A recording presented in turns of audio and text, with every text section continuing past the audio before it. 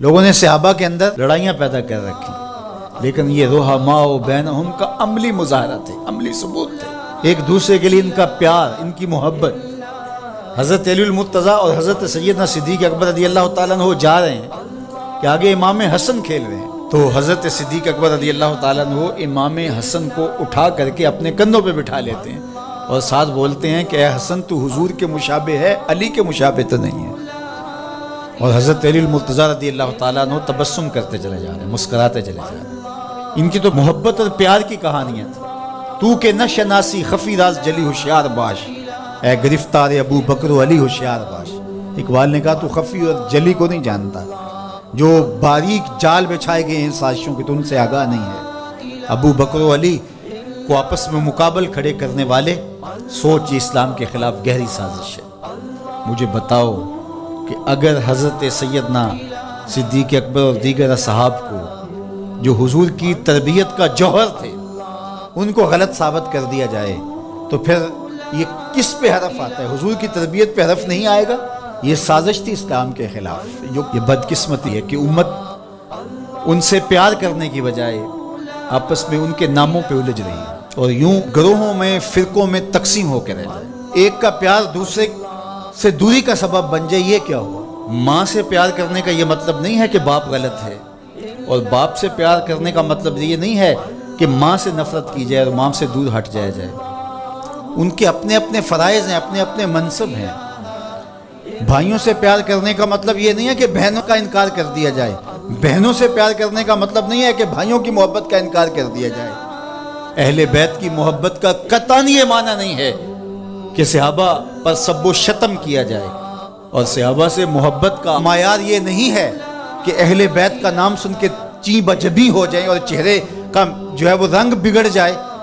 ہم صحابہ کو بھی مانتے ہیں، اہل بیت کو بھی مانتے ہیں، اس لیے کہ یہ دونوں مشکات نبوت سے پھوٹنے والی کرنیں ہیں۔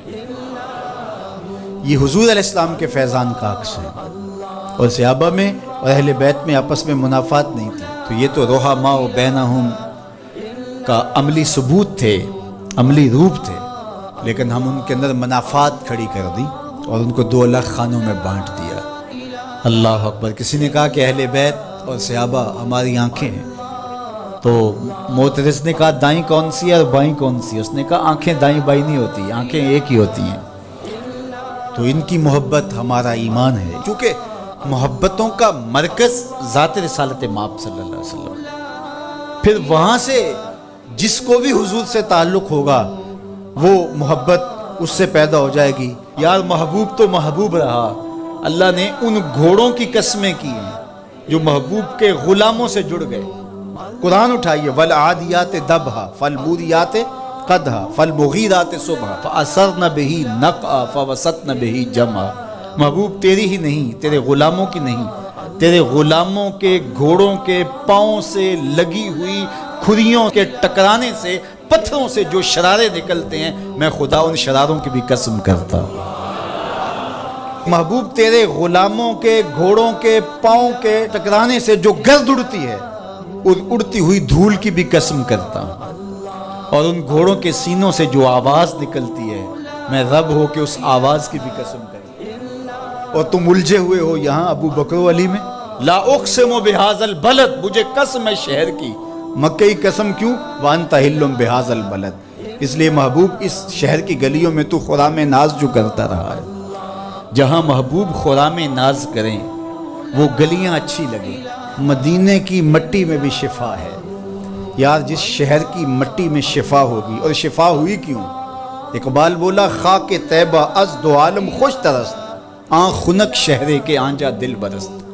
کہا کہ اس مٹی میں شفا اس لیے پیدا ہوئی کہ یہاں قدم حضور کے لگے، تو وہ ذرے خاک کے بھی شفا بن گئے۔ جن ذروں کو حضور کے شہر سے نسبت ہو گئی، تو جس کو جگر کا ٹکڑا کہا، اور جو مزار کا بھی ساتھی اور غار کا بھی ساتھی، تو ان کی عظمت کیا؟ ہم ہوتے کون ہیں کہ ہم جو ہے وہ ان کی عظمتوں کو تولنے بیٹھ جائیں؟ ہماری اوقات، ہماری حیثیت کیا ہے کہ ہم ان کی جو ہے وہ عظمتوں پر بات کریں، جن کی عظمتوں کو سمجھنا ہمارے بس کا روگ ہی نہیں ہے۔ ہمارے لیے اتنا کافی ہے کہ حضور کی آل کو بھی سلام، حضور کے اصحاب کو بھی سلام، اور ان کے لیے دلوں میں معمولی سا غبار اور میل بھی جو ہے وہ ایمان کی پونجی لٹ جاتی ہے. یار نو میلی اکھ نہ ویکھی متا مرسیں کافر ہو کے. کبھی بھی اپنے آپ کو ایسی بحث کے اندر شامل نہ کرنا جس کا نتیجہ بے ادبی تک پہنچتا ہو. سارا دین حضور کی محبت کا نام ہے. سارا دین ادب